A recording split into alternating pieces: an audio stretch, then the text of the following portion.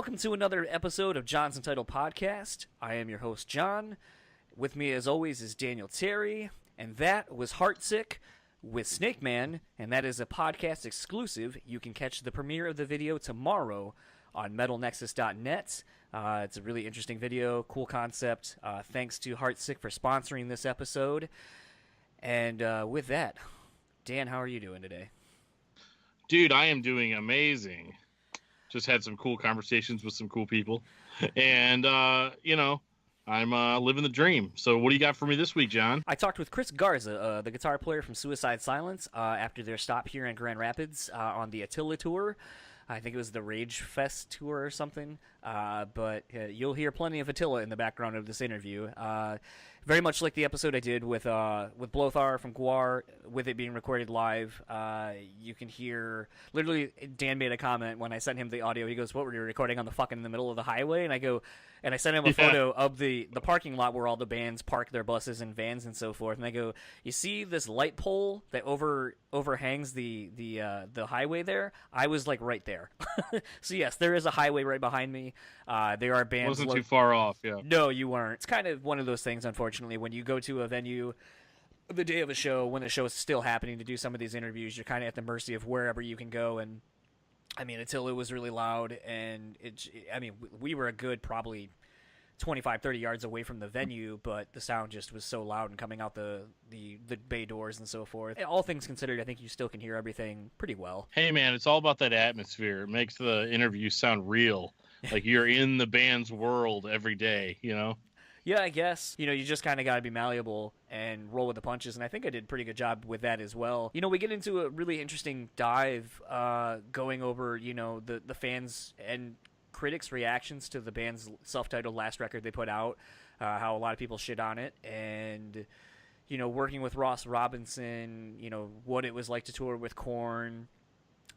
We get into a bit about the new record that they're already working on, and a lot of interesting stuff. I mean, it's about 30, 40 minutes or so, but I think we pack a lot into that short amount of time.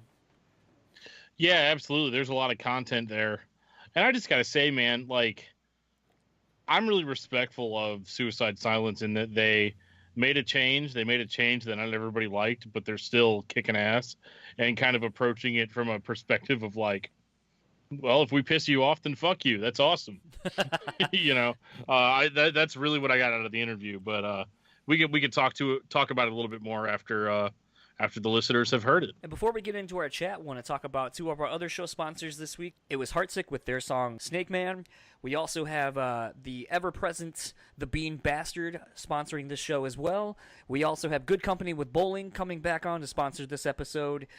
Great interview webcast series. We talked about it in the episode we did with Skinny. Just I can't say enough about how good the quality is between just the filming, the interviews themselves. I mean, if you like rock music, I mean, you're getting such greats as Lejean and Clint from Seven Dust. Eddie Trunk, was on recently. He's getting Jose Mangan, and I mean, that dude just oozes metal out of his pores. And I'm sure Scott and him are going to have a fucking great conversation. Two people who are just passionate about, the industry, about, the ins and outs of albums and the people behind the scenes of everything. And just, I feel like I just radiate positivity when I speak about Good Company with Bowling, because it's just so good. Well, and I want to highlight something that I just love. The very first episode of Good Company with Bowling that I heard was the Sonny from POD interview. And I love it, like, very early in the interview. He's like, well, let's go back to the beginning, from, whenever you guys started. And Scott pulls out a vinyl copy of POD's Snuff the Punk album. And Sonny gives him this look like he's just incredulous. Like, holy shit, I can't believe you have that. Like, who has that, And, but I mean, that's just the type of quality that you got. You don't just have some guy that's disconnected from the people he's talking to and is just doing interviews just for the publicity or whatever. Like, this is just like genuine conversation, genuine interviewing. Well, I mean, I think it's also nice, too, when you look at the location that he's shooting in, with like that nice little man cave bar pool table kind of thing going on with all like the records and posters and photos and everything. I mean, it definitely feels like two people shooting the shit, and that's exactly what it is. So I mean, if you love podcasts, webcasts, just in-depth music-based interviews, Good Company with Bowling is where you need to go. You can find the videos on YouTube and so forth, and we will also plug the other places you can find it. But the last plug I want to get to before our conversation, and it's actually going to lead into the chat with Chris Garza of Suicide Silence, is our last show sponsor, which is Foxbat. They had their new record, Rock Gut, came out this past Friday via Core Sample Records. Previously, we had mentioned that they had vinyl. I did see a memo that they posted that the vinyl is on delay, but you can still get the CD now on foxbatmusic.com. And again, with everyone else, we're going to go ahead and plug all the socials and where you can find everyone in the outro. But for now, this is Grim Reaper, followed by my chat with Chris Garza of Suicide Silence.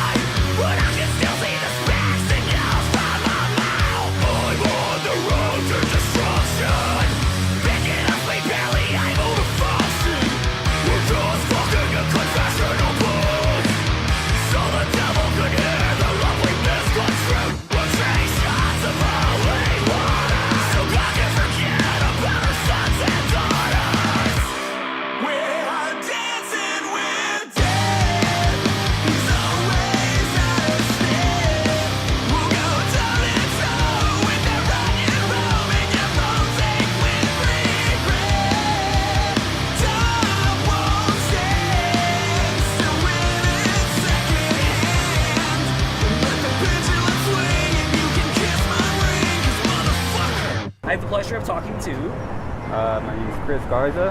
I'm from California, and the band Suicide Silence, and I play the guitar. I gotta say, you. I tried a bit. You guys played a fucking whipping set tonight. Thanks, appreciate it. I haven't seen you guys since the Korn tour, the 20th anniversary of the self-titled. Yes. Which makes me feel really fucking old. Remembering when that came out, where I was when I first heard it. So wow. I'll just throw you this question right off the bat. All right. Where were you when you first heard that first Korn record?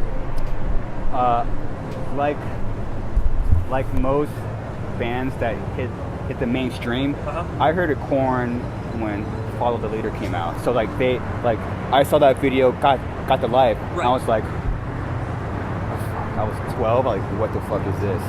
And then got that record, and then realized when we played, oh wait, they have more records before that. Right. So my mom got me Life is Peachy and the first Korn record, and I remember vividly sitting in my room with my Discman, with my earphones, sitting cross-legged in my room, being 13 and hearing that ride come in, and that first riff and John saying, "Are you ready?" Like, it's when you're that young, and music is that intense, it sticks with you forever. And I still get weird around the Korn guys because like there's so much history. And especially what it took for us to be around those guys, like you got to act like it's cool. Like when you see them, when like, dude, it's not fucking cool. Right. Like what we had to do, like just tour with them, dude. Like I have that memories, and it's so much, dude. It's crazy. It's been really crazy thinking about a lot of different bands. I mean, like, you know, in light of Vinnie Paul passing away very recently, which really sucks. Mm-hmm. But I mean, it's been really making me think about a lot of these legacy metal bands that have been around, and sadly a lot of them are starting to go away because of death or infighting or whatever. And it's just been making me think about when I can tell you the time I first heard Domination by Pantera. Oh wow. And how I felt when I heard that double kick pattern going, and I was like, fuck, this is like the heaviest thing. Yeah. Shitty. The heaviest thing I've ever heard. Sorry, I spilled PBR all over. Good thing it's just Paps. It's all good. Paps are meant to be dropped. I don't know about that, but all right. Or when you know what? That was for Vinnie Paul. It's almost like he sick. knew. Whoa! He just knocked that beer over to pour one out for himself. That's legit. I feel that. Cool. I felt it on my foot. Yeah. Sorry about that though.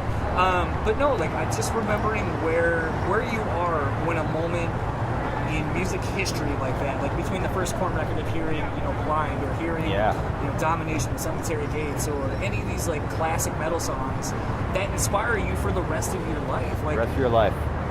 I don't know that, you know, sometimes like, you know, I'm in my mid-30s coming up, and I don't know that kids have that nowadays. I don't know if kids will have that moment of hearing, you know, Deftones 7 Words, or hearing certain bands and being inspired to pick up an instrument. I don't know if there are those bands anymore that do that, or if it's those same bands that inspired you and I. I have a strong opinion about that. Okay, go ahead, lay it on me. I believe that time is coming. Okay. It's not like that anymore because bands suck. You know, like bands like Korn and Korns, the Panteras, the Slipknots.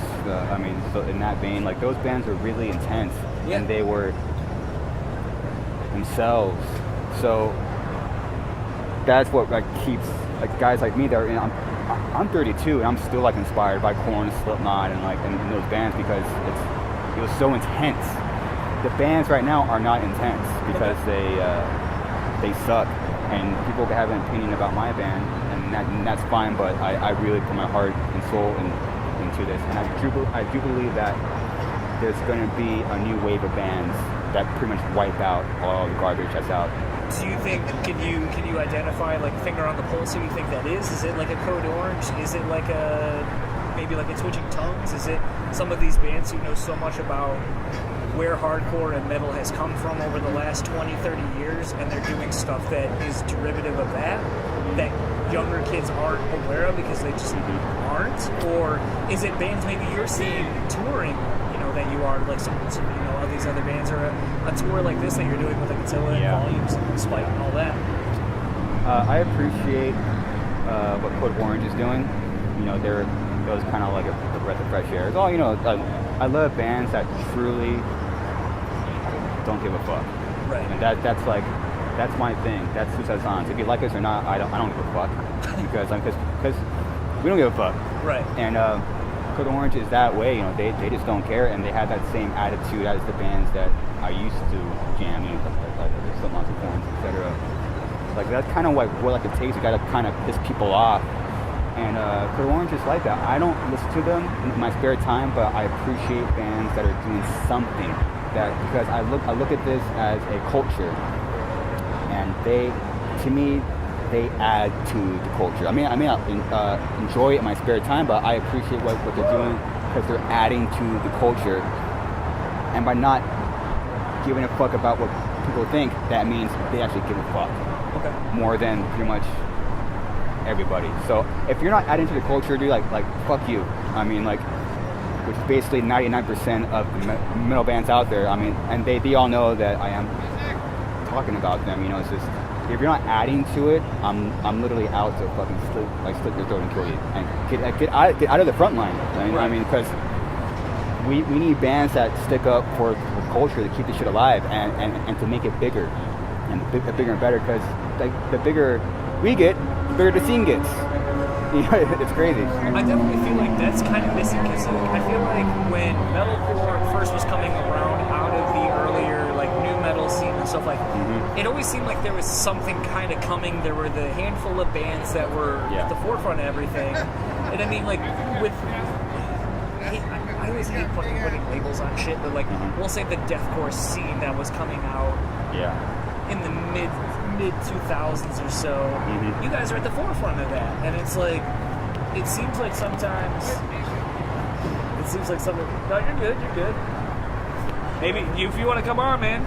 What? If you want to come on, we got mics. We're going. Oh, you're good. I just didn't even see that. All right, you're good. Look at that microphone. I'm not the fuck up again. No, you're good.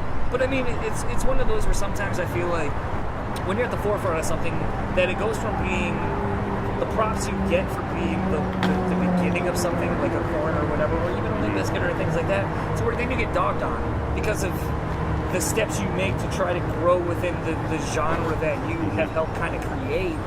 And I mean, you know, I'm just going to kind of go there with this because too often I see on the internet, everyone is so quick to talk about whatever the hot button issue thing is. So, you know, like I recently talked with Nick from Night Versus, and they recorded with Ross Robinson as well.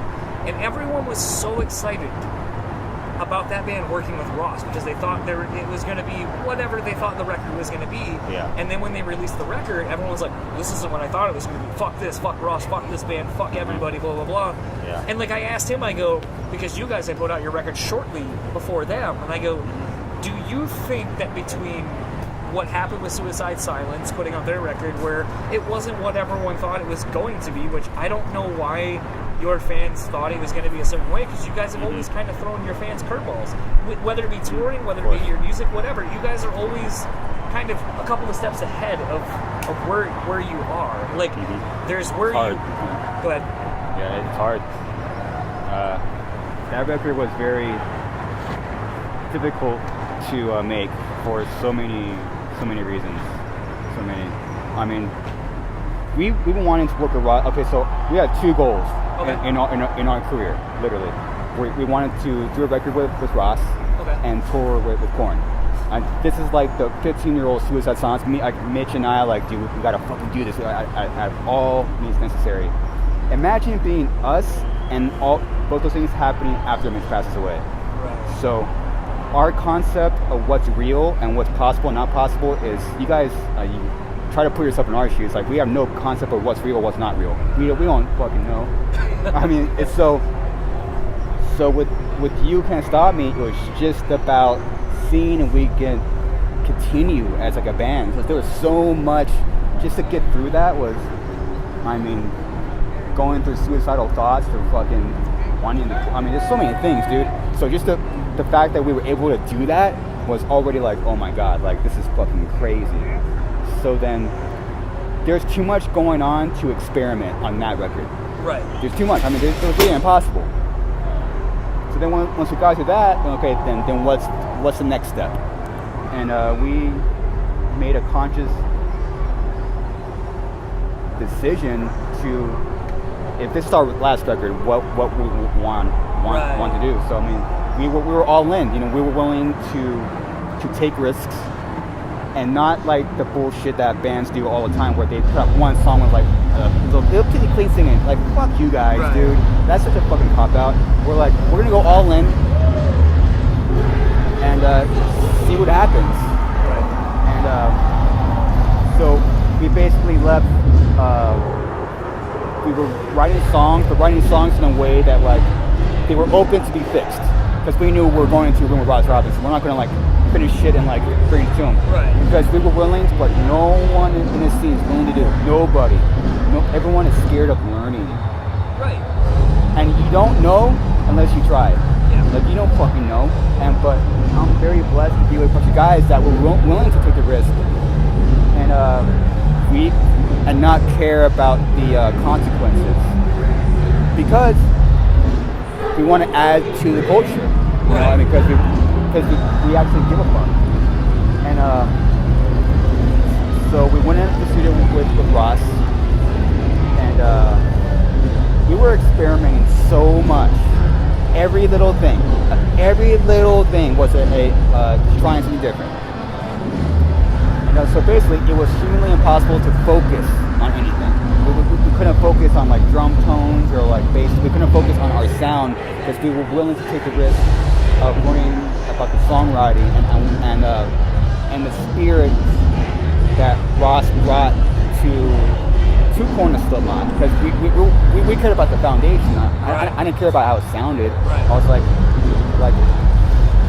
What is Ross Robinson about? You know, I mean, and we were so open and willing to try anything, because we didn't give a fuck.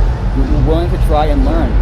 And there's this thing that bands do that I fucking hate, is that when they evolve, using like quotations, evolve, they you know, your first record is A, second is B, C, and they always go by one letters. It's like, fuck that, I want to learn the whole alphabet. And we were going to try everything, like fucking D to Z. Right. And that was our fifth record, so we were like, there's no more time to experiment. We need to try everything now. And this is how it sounds and how it comes out, because for us, we're in it for the long haul. So what we learn now, we can apply to the next record and mix the two and focus on sound and you know, big fucking breakdowns, all that stuff, and combine, because we learned and we know what no one knows now, because we were willing to learn. And you only know that. Imagine being in a fucking little tiny room with Ross Robinson. So that in itself, I was like fucking freaking out. I mean, it was a lot, dude. It was a lot.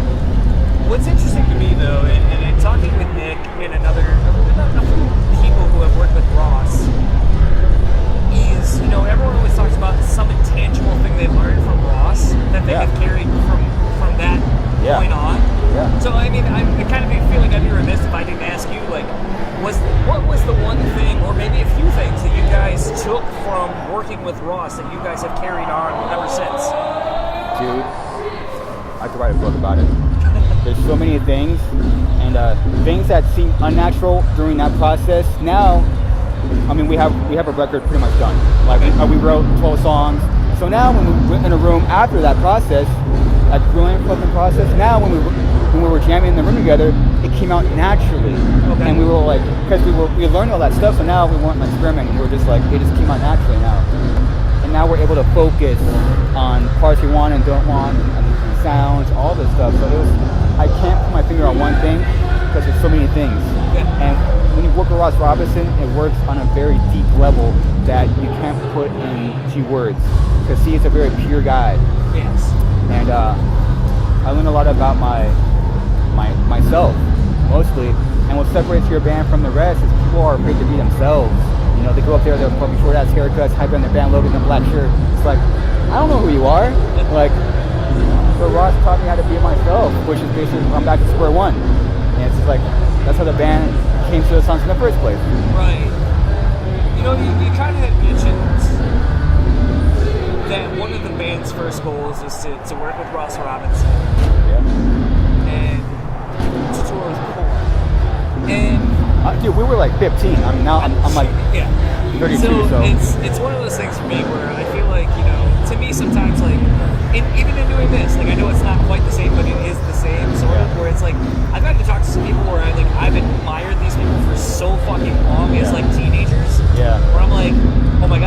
talking to, like we'll say Nate from Finch, like holy shit, like I grew up listening to What It Is to Burn, and now I'm gonna talk to him about like one of my favorite records that was not a favorite record at the time, their second record, and then they went away because they broke up, and it's like, in doing something like this, like I get to ask a lot of questions to people about people that I've always wondered about, and Ross Robinson. I think if you are into aggressive music, you can't help but be enamored with Ross Robinson because of what he did to heavy music and making bands be vulnerable in a way that like heavy music wasn't at the time. Absolutely. And to me, it's like I was saying kind of earlier, like in listening to the newest record, like I said, a lot of critics and a lot of quote unquote, and I'm using my air quotes, fans shit all over you guys, and it's like to me when I listen back to the record, it's a band who is unapologetically willing to be themselves. Warts and all, just kind of putting something out that they are serious about, that they are emotionally secure about putting out there as who they are. And to me, it's probably the most real Suicide Silence record you guys have put out.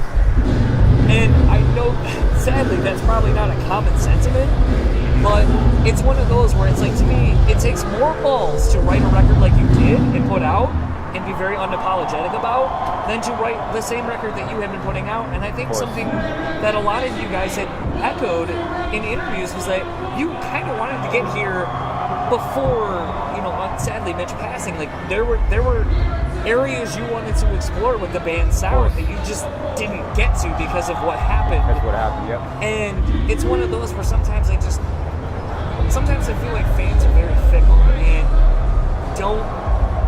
Outside of AC/DC, it's the only band I can think of where it's like they can put out the same record every single fucking time. And everyone's like, this is great. This is what I love about this band.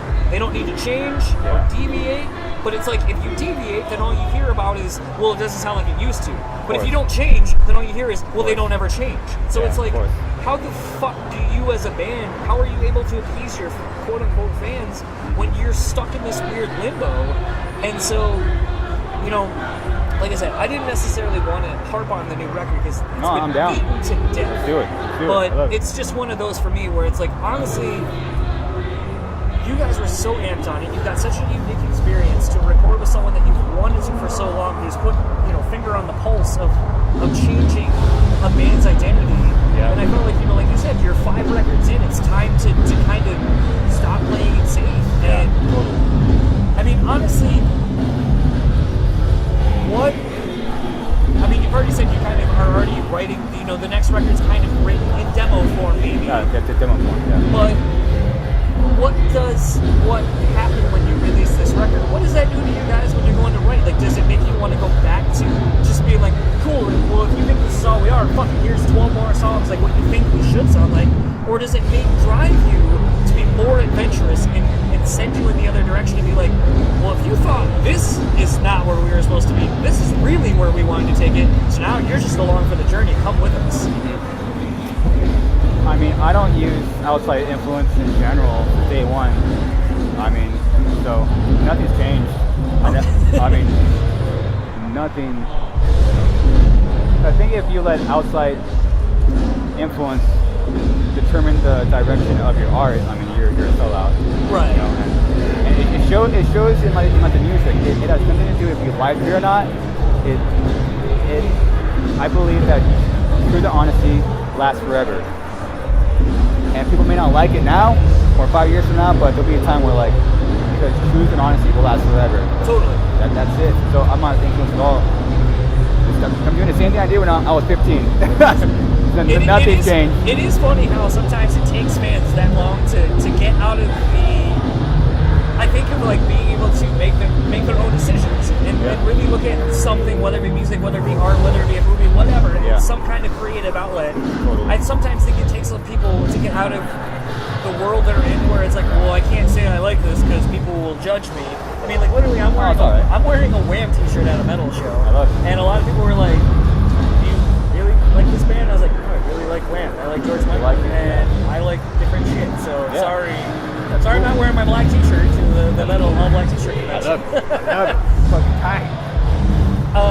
Kind of been switching up and talking about, outside things not seeming like they would be fitting. You know, you guys just were kind of saying that Attila has always had love for the band, and dating back to when Mitch was in the band, I kind of had wondered, was this tour in the works back when you guys did Gathering of the Juggalos in 2016? No, it kind of came up last minute, and and the timing just kind of worked out. Okay. Doing shit, we needed like a break from writing. We've been writing to January. It was time to get the fuck out of the room and see what we've been living in that little fucking square box for I don't know. So the timing was perfect. So have you guys been jamming some of the songs during like sound check or whatever, just to kind of see how they feel in a room? Like in a room, not in your rehearsal space? No, that's why we're playing the new song now, because it's not done yet. Like literally, like it's not done. Like it's not even close to done. But we basically want to take like the Beatles approach, where like they just start playing songs live, see how it feels, right, and see what they can change. Because of course we don't give a fuck in general.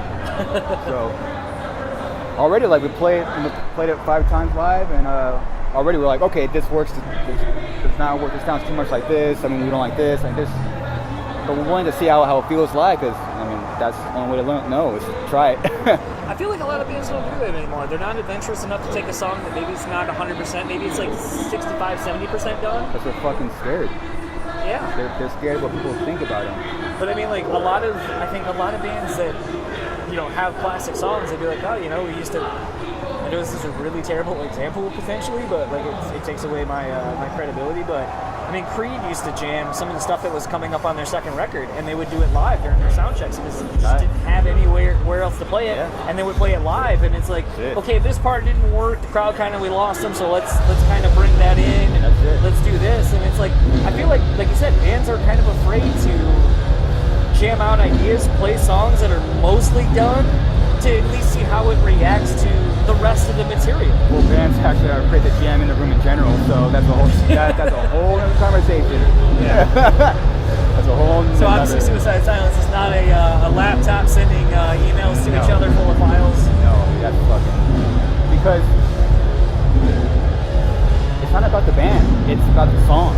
Okay. You know, it's always been about the song. Like we as a band suck, but when we get together, we appreciate the song, and the song is what makes people come to shows. The song is what sells the record. The song is what does all of that thing. It's not the band.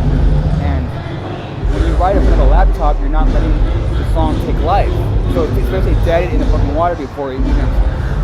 And when you're in a room of fucking like 3 guys and you're jamming live, dude, like the song can take life and have a cool life. And I get why bands don't do it, because it's fucking a bitch. It's a bitch, dude, and it's hard. And you want to rip your fucking hair out, dude, but because it's tension all the time. I mean, 99% of the time you're jamming, it sucks. You're just jamming garbage, but we are addicted. I'm addicted to that one split second when that fucking riff comes out. You're like, oh my god. But the past 2 weeks of jamming garbage was worth it to get to that riff. And you only get that when you're jamming in the room. You cannot get that from a laptop. You cannot. And you can't control something that can't be controlled. Right. And when you're at a laptop, you're controlling, and your ego is writing the song when yourself writes the song. You know, I mean, I am the best at what I do, and that means that I appreciate and know that when that riff comes out, that split second where just like, my hand isn't moving anymore. Like, that is something else, and I do not take credit for that at all. That's something else. And I know that. And so when I say that I'm the best and no one can fuck with me, I really mean it, because I'm the best at that. Right. Yeah, I'm the best at letting the fucking song become the song. And we all are a conscious agreement that we are here for the song. We are here to serve the song. You can't do that when just one guy's swapping files. That's fucking ridiculous. So it's kind of alluding to the fact that you guys are on a really interesting tour where, you know, not any one band kind of it's like, you know, you got Rings of Saturn, you got Spike, you got Attila, you guys, Volumes. Like there's a lot of Rings of Saturn. I like that guy. You know, there's a lot of diversity on this bill.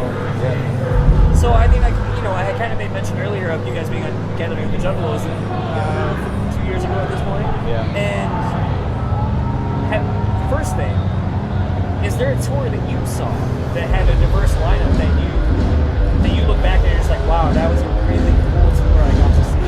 And if so, maybe what was it? The early Mayhems were pretty cool. And honestly, that's all that comes to mind. Okay. But there's the like the European festivals that combines all kinds of artists. But as far as touring, no, like zero. Yeah, this tour definitely was one that reminded me of like how tours used to be, like when you would do. I mean, not it was more of a traveling festival, but when Tight set, man. I'm gonna you know Korn when they did Sick and Twisted tour, and it's like them staying in mindless self-indulgence, and you're getting like. That was my second show. It was one of my first show I wanted to see. I saw a bunch of shows beforehand with my parents, but that was the first show I wanted to see. But like seeing mindless self-indulgence as like a young teenager, you're just like, what the fuck is this? They played before Stain, right? Yes. Yeah. Yep. I got there right when Stain was playing. I was like, fuck it. I already bought the fucking record. I was like, man. And they came out and played Raw first. Yes. I was like, Yep. yes. Yeah. Fuck, so And then like sick. ended with like Spleen and like all that kind of just like Stain back then. Like for those who think like Stain used to be is a bitch band now, but it's like Stain back then when you like when they were just coming out raw and hungry. No pun intended, but raw and hungry. Yeah. It's like they were so disgustingly heavy as a four-piece. Like Jesus Christ. Their guitar player Mike, he's one of my favorite players, dude.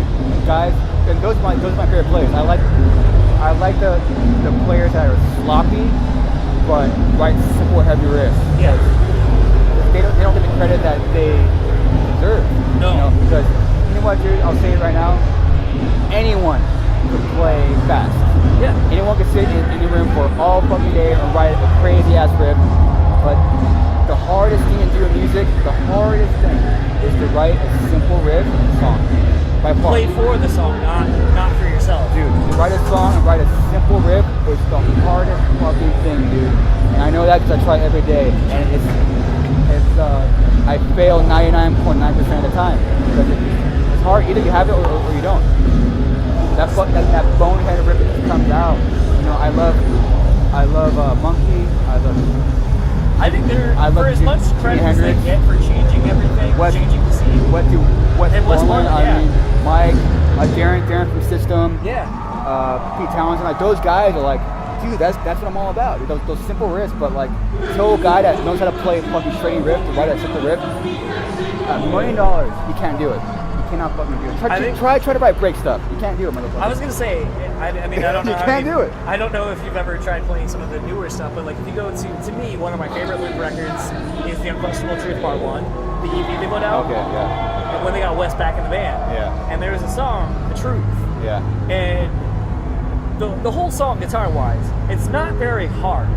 No. But when you play in the tuning that Wes is in, which is like a weird, it's almost like a drop C, but like also like A standard, it's really fucking weird. And you either can play bar chords or you can play like octave chords. There's not a whole lot you can really do with it to where you can play like just different shit. Yeah. But like I remember when learning that song, I was like, it really taught me. I was like, wow, Wes is so fucking smart in his approach to what he's doing with this song, because it just serves the song, and it's so simple, the chords and the chords that he's using, but it's just goddamn. And I think it's like it isn't until you try to learn how to play someone's stuff sometimes where you just realize it's like, fuck, this is so easy, but it's so complex at the same time, because like it's playing, you know, on the beat, but it's not too busy for the vocal. Like it's just. It's one of those things where sometimes I really wish people say like, "Oh, this sucks." It's like, well, learn how to play it and learn why it's good. And I think you're going to be pleasantly surprised at like what you discover about your favorite bands. Yeah, man. But like, it's so hard. Writing for the song is the hardest thing to do. Like when you listen to like, you know, like the Limp Bizkits and like System of a Down, it's like. All that stuff is for the song, like the fucking drums are super simple, the bass is simple, the guitars are simple, and the vocals are, everything is but it's for the song. That's what makes it so complex. Sadly, interestingly. Yeah, I mean, it's so easy to like, to add more kicks or to add more, that's the easy thing to do in music. because that's what your brain wants to do. Right. Your brain's always like, I know, I struggle with this all the time. My brain always wants to take over. My brain wants to take over my hands, and it wants to add, keep on it, just be more complex. It's like, no, stop doing that. So with a tour like this, you know, like I was saying earlier, there's a lot of diversity on this tour. Yeah. You know, and like I said earlier, you guys are constantly, you know, throwing fans a curveball for, like, they think they got you pigeonholed into something. Boom, we're switching it up. Oh, you think you know us? We're going out with Korn. You think you know what our next record's gonna sound like? Here's this thing. You think you know what bands we tour with? We go out with Attila and Volumes and all these other kind of bands that aren't typically in our scene, quote unquote. Yeah. So, I mean, is this something that you guys try to do to just appease yourselves while also just kind of trying to be outside of the comfort zone of just being, you know, a quote unquote deathcore band or whatever? Yeah, we don't try ever. We just do. We just do our thing. This is day one. Nothing's changed. We want to do a tour, we'll do it. We don't do it.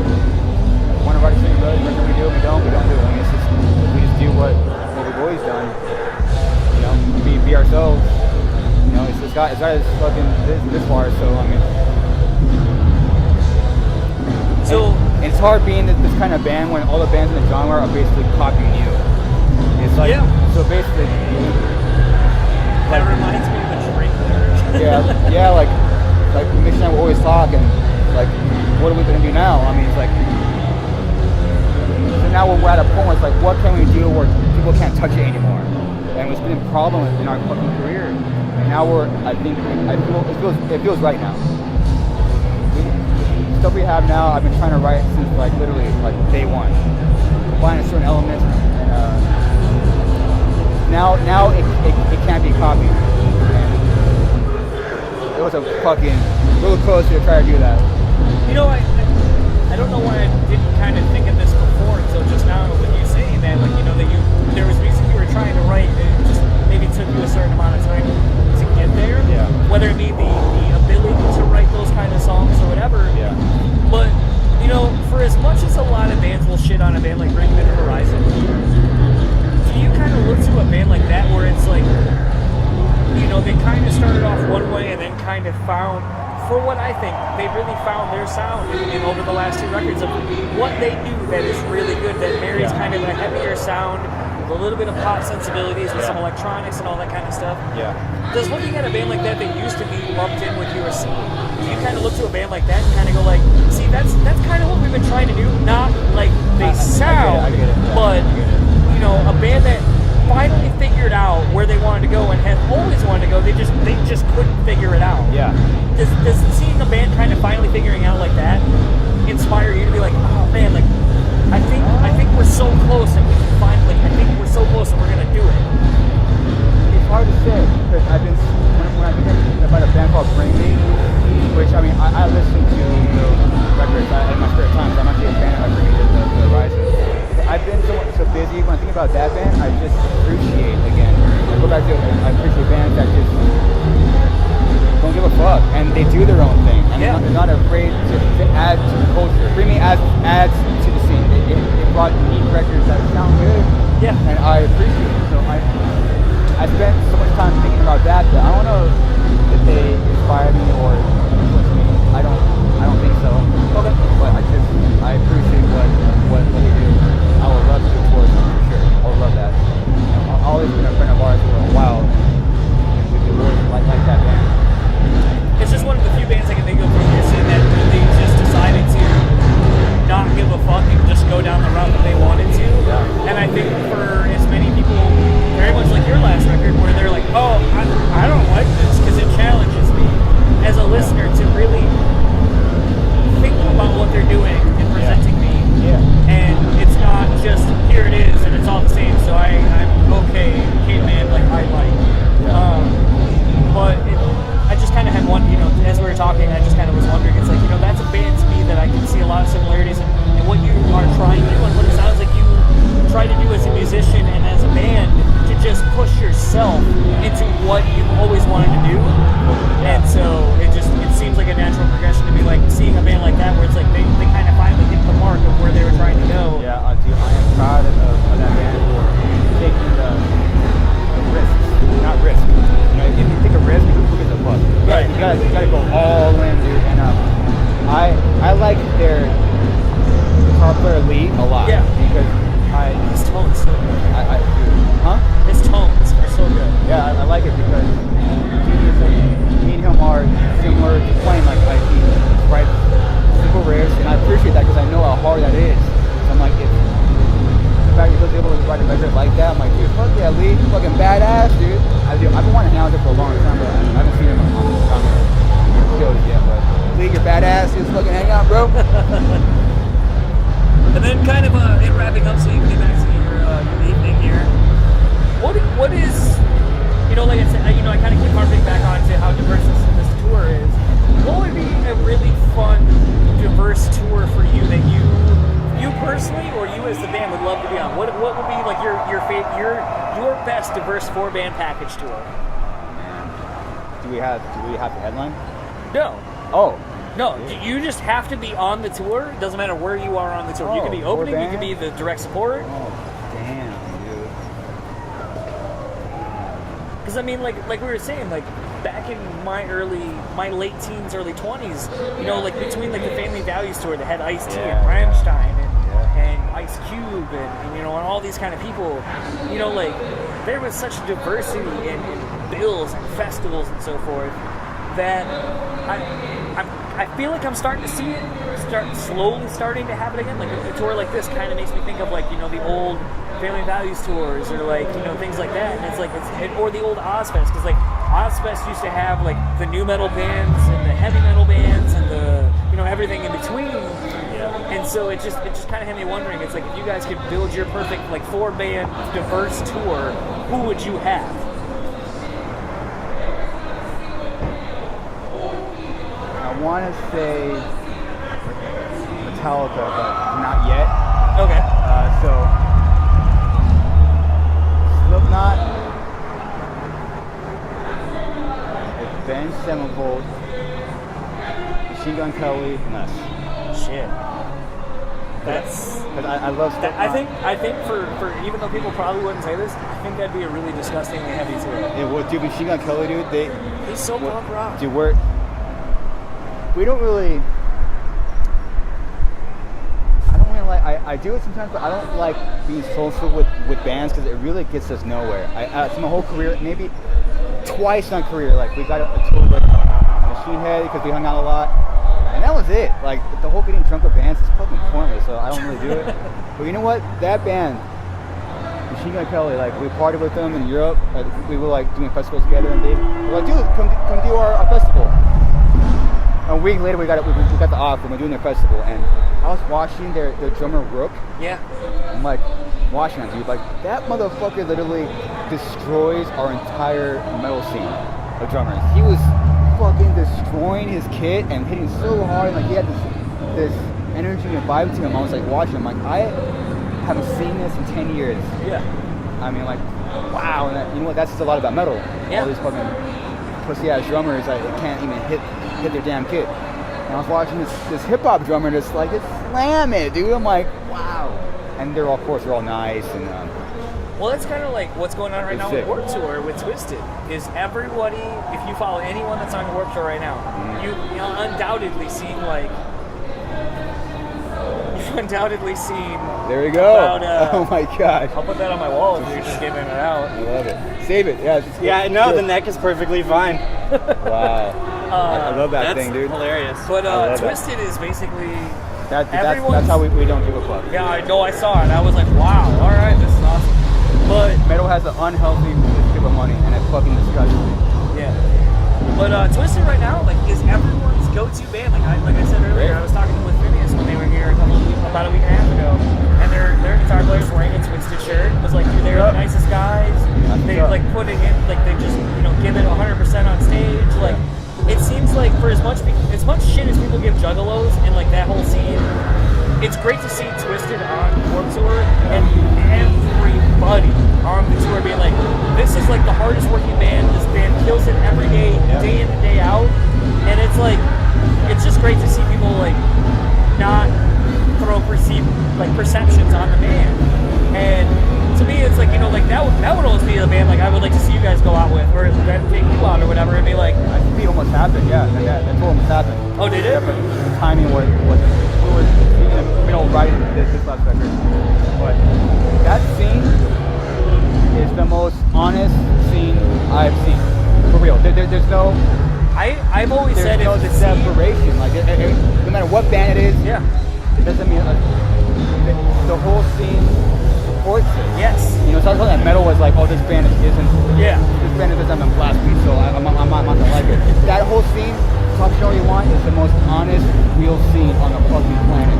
I've always said if the rest of the music scene, metal or otherwise, were as supportive as the Juggalo scene was, I don't think the record industry would be in a dip like it is, because those dudes support all their bands on that scene. Yeah. They buy all the merch, they buy all the records, all the alternate versions of the records.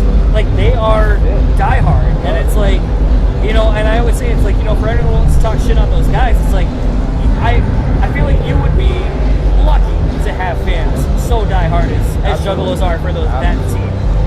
Yeah, I saw a whole festival like every single band, and it didn't matter that maybe they didn't sound like this band or that band. It didn't matter. They all just loved it. There's no like separation. You know, metal scene that people just don't fucking get. Yeah. The fans and people that listen to a certain type of metal, you guys forget. I'm on your side. It's like if like a deaf metal kid gets in like a fight, and then I come in to help him, and he starts fighting me. It's like, dude, I'm trying to fucking help you, man. I'm trying to save your ass from getting beat up, dude. Like, I'm on the front line, dude. I am out here. I sacrificed everything in my life to support the metal scene and the culture because I love it. It was there for me, and I wouldn't be alive if it wasn't for this culture. So therefore, I put my life on the line to be here. You know, I'm on the front line, dude. And people might not like us when we don't have enough blast beats, but like, who gives a fuck? You know? At least I'm out here on the front line. I mean, it's easy to be on the sidelines. Anyone can do that. Right. You know? I think there's enough of that. So my last question for you. I always like to end these episodes out with a song. So what would you like me to play the song out to? It doesn't have to be one of yours. It can be anything. A song you guys are jamming when you're driving. Yeah. A song that you're just, you know, feeling at the moment. Because we talked the combo with Korn. The song that made me want to play an instrument, God's Life by Korn. Okay. I was 13, I was 7th grade.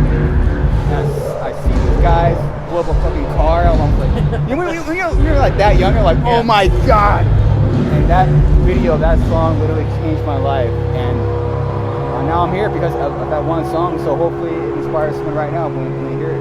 Awesome. Well, thank you very much for coming out here and playing the show, and thank you for taking the time to talk to me. John. Pleasure, man. Kick safe ass. travels, and hopefully we'll see you back around here or in Michigan in general. All right, this is where to the fans, I appreciate all you guys, anyone who listened to our last record, I really appreciate it. If you love it or hate it, thank you for listening. Everyone that being out here, thank you for being so cool to me. Hope to see more of you guys out here. See what's up. Gonna hang out. Peace and love. Nice. Thank you very much. That's wrong, man. It was fucking a pleasure, dude. That was fun. So that was my chat with Chris Garza of Suicide Silence. Like I said, there was a lot of cool, in-depth details about just all kinds of different shit from, you know, I was kind of surprised that he was saying that the band's already written 12 new songs, at least in demo form, so maybe we might see a new record here pretty soon. Interested to see what it sounds like in light of the last record. Dan, what about you? Yeah, I mean, there was a lot of, there's definitely a lot of venom in that interview, though, for the haters, but, you know what, that's totally understandable, you know, and, you know, the only thing that matters at the end of the day is if they're happy with it. If they're happy with it, then fuck all what anybody else says, you know. Right. It just makes me wonder if it just makes me wonder if some of that venom's going to lead to more aggression on this new record. A heavier Suicide Silence record, yeah. I mean, as a fan, I'm definitely going to lean more towards, I'd like to hear a more aggressive record out of them. But, you know, at the same time, looking at their discography as a whole, it's not like I haven't gotten that in the past. So I am interested in hearing, you know, kind of whatever new direction they decide to pull things into. You know, is it going to be more like the last record, or is it going to be one of those back to basics kind of deals? Well, what was interesting to me was even when Chris said that this is sort of where Mitch and them wanted to take it even before Mitch had passed away. So, I mean, I mean, I know a band can say that now after the fact, and fans can either choose to take that for what it is or you know, whatever, because there's not really anyone that can back that up with the other person not being around anymore, sadly. But it would have been interesting. It makes me wonder if the band would have gone this direction with Mitch, if there would have been as much pushback versus having the new singer coming in, they do a record, and then it's because Eddie doesn't want to do this thing anymore, or he can't scream, or you know, it's all about what the perception of what the band can or can't do because of Eddie, not because maybe it's where the band wanted to go. I think the other thing too that a lot of people have to remember is Eddie doesn't write musically any of the stuff. So if there was a big shift musically, then that has to come from the band. So I don't know why Eddie got the brunt of the bullshit. Because people are morons and they just assume that, you know, if you sing for a band, you are, you know, the beginning, end, alpha, omega of everything that happens in that band. Right. Which as a prior lead singer of a band, I can tell you that could not be further from the truth. Right. And you know, I think it's just easy to I think sometimes it's easier for people to point at the one thing that's different in a formula and say, yep, see, right there. That's what caused it. Even though I think it had a lot more to do with Ross Robinson than it had to do with anything else. I would definitely agree, because I made that comment about how Nick from Night Versus was talking about how the record that they just put out was kind of, you know, and them wanting to work with Will Putney was supposed to be what followed, you know, after their second record, but the opportunity to work with Ross came up, and it's like, well, shit, how do we say no to that? But they had even kind of said, like, we knew going in that we were going to get a Ross Robinson version of what we do. And so it just kind of makes me wonder, it's like, okay, like how many bands nowadays do the same thing where it's like, well, we're going to put out a record, but we know we're going to put out a Ross Robinson version of what we do. Right, yeah, and it's very much that for sure. Honestly, I wonder what people's expectations are, because, like, you know, being an unpleasable metal fan like I am, we hate it whenever people change, right? Like everybody has to be like Slayer, right? And just put the same record out forever and never change. But then it's one of those like, man, I really like this band, but all their shit sounds the same. So it's like, which one do you want? You know, like, and I've come to find after listening to hundreds of discographies in very short periods of time, I like it whenever I get to hear different shit every couple albums versus, you know, just hearing the same thing, a big slog from beginning to end. And I feel like personally prior to this record that Suicide Silence was kind of doing that. I mean, they were always a good band. Like, I mean, I'm not saying that like there was anything inherently wrong with their sound to begin with, but you know, definitely when you're playing that style, when you're playing just straight deathcore, it can get a little old after a while. So I think any musician worth their salt, you know, wants to do something different, and they should be given that opportunity without having to deal with all the fucking fallout and bullshit that comes along with it. Yeah, I'm very much looking forward to see what this band does. And after the interview, I you know, have a lot more respect for the band just sticking to their guns and not giving a shit about what people say, because I think that's kind of the bubble you need to put yourself in. And kind of speaking to being put into a bubble, we are going to get out of this episode since the chat was kind of long and the intro was kind of long, and we've got a lot of show sponsors to get to. So without further ado, let's get into our show sponsors. So if you would like to keep up with Heartsick, they are premiering their new video for Snakeman over at metalnexus.net on Monday, which is tomorrow as of the day that this comes out and we are recording this. And you can find them on Facebook under Heartsick US. Instagram and Twitter are Heartsick Band, easily enough. And you can find Heartsick coming up Saturday, August 11th over at the Michigan Metal Fest. Lots of cool bands announced on that. Make sure to go check them out. And if you follow them on any of their socials, please let them know that John's Entitled Podcast sent you. And let them know what you thought about the song, Snakeman. It's off of their upcoming record, which is yet to be announced, release date or an album title, but a lot of good music on it. I've gotten to hear it, and very much looking forward to the rest of you getting to hear it, but go show those guys some love because they supported the podcast. Also, you can follow Foxbat at Foxbat Band on Facebook, and you can find them on Instagram at Foxbat Music, and you can find them on foxbatmusic.com to order their new record, Rock Gut, which already came out. The CDs are available, and once again, the vinyl is on a delay, so if you ordered it or are about to order it, just know that it's going to be on a little bit of a delay. Also, Good Company with Bowling. You can find them on Facebook at Good Company with Bowling, Instagram at Scott Good Company, and you can find the website scottgoodcompany.com, and just YouTube, Good Company with Bowling. Personally, I like the Head episode. I would start there, maybe work your way to the Sonny from POD episode, and then just kind of work your way through the videos. They're all really good. Definitely really great conversations. If you like anything that we do here, then just please go check out that podcast, or the webcast as they're typically known, and let Scott know that you heard about him from this podcast, that Jonsuntitledpod sent you. And Suicide Silence, you can follow them on Facebook, Instagram, and Twitter at Suicide Silence. If you would like to follow Chris on Instagram, you can find him at Garza SS, short for Suicide Silence. Dan, where can everyone find you? You can find me at DiscussMetalDan on Twitter, or you can email me at danandjoeshow@gmail.com. You can find me on Facebook if you look hard enough, facebook.com/discography discussion, and my other podcast can be found at discussmetal.com. And next, Dan's going to tell you about why rating, reviewing, and subscribing matters. Dan, why do we like good ratings? First of all, I want to say, guys, we love you.